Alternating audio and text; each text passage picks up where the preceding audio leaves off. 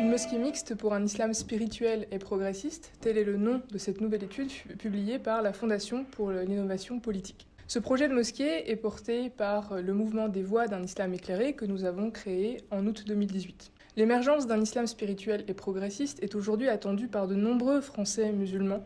qui désirent reconquérir leur liberté au sein de leur foi pour éviter de se soumettre à l'imitation servile des anciennes interprétations de l'islam sans s'interroger sur leur sens et ne pas pratiquer l'islam par obligation mais par réel besoin de se relier à la transcendance dans une intention juste et sincère. Nous avons créé les voix d'un islam éclairé pour rassembler ces musulmans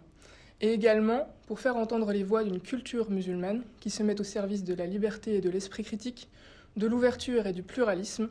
de l'humanisme et de l'universalisme et de l'agir ensemble. Ces valeurs sont nos critères pour interpréter le Coran et la Sunna et disqualifier toute lecture qui serait discriminante ou violente. Cette vision s'inscrit dans le cadre d'un projet d'un lieu de culte progressiste, la mosquée Simorgue, qui incarnera 4 grands principes comme l'égalité, les femmes pourront être imams tout comme les hommes devant une assemblée totalement mixte,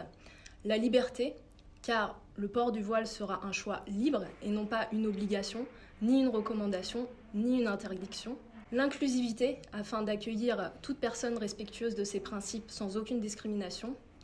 Et enfin, les sermons seront en français et les prières seront dirigées en arabe et en français. Cette mosquée ne s'affiliera donc à aucune école juridique de l'islam, mais présentera des enseignements basés sur la mystique de l'islam, le soufisme, dans une démarche progressiste. Ainsi, elle visera à développer l'autonomie, la transformation intérieure, la quête de sens, dans un partage fraternel et bienveillant, afin que chacun puisse mutuellement s'aider dans son questionnement sur Dieu et sur les textes de l'islam, sans aucune pression communautaire.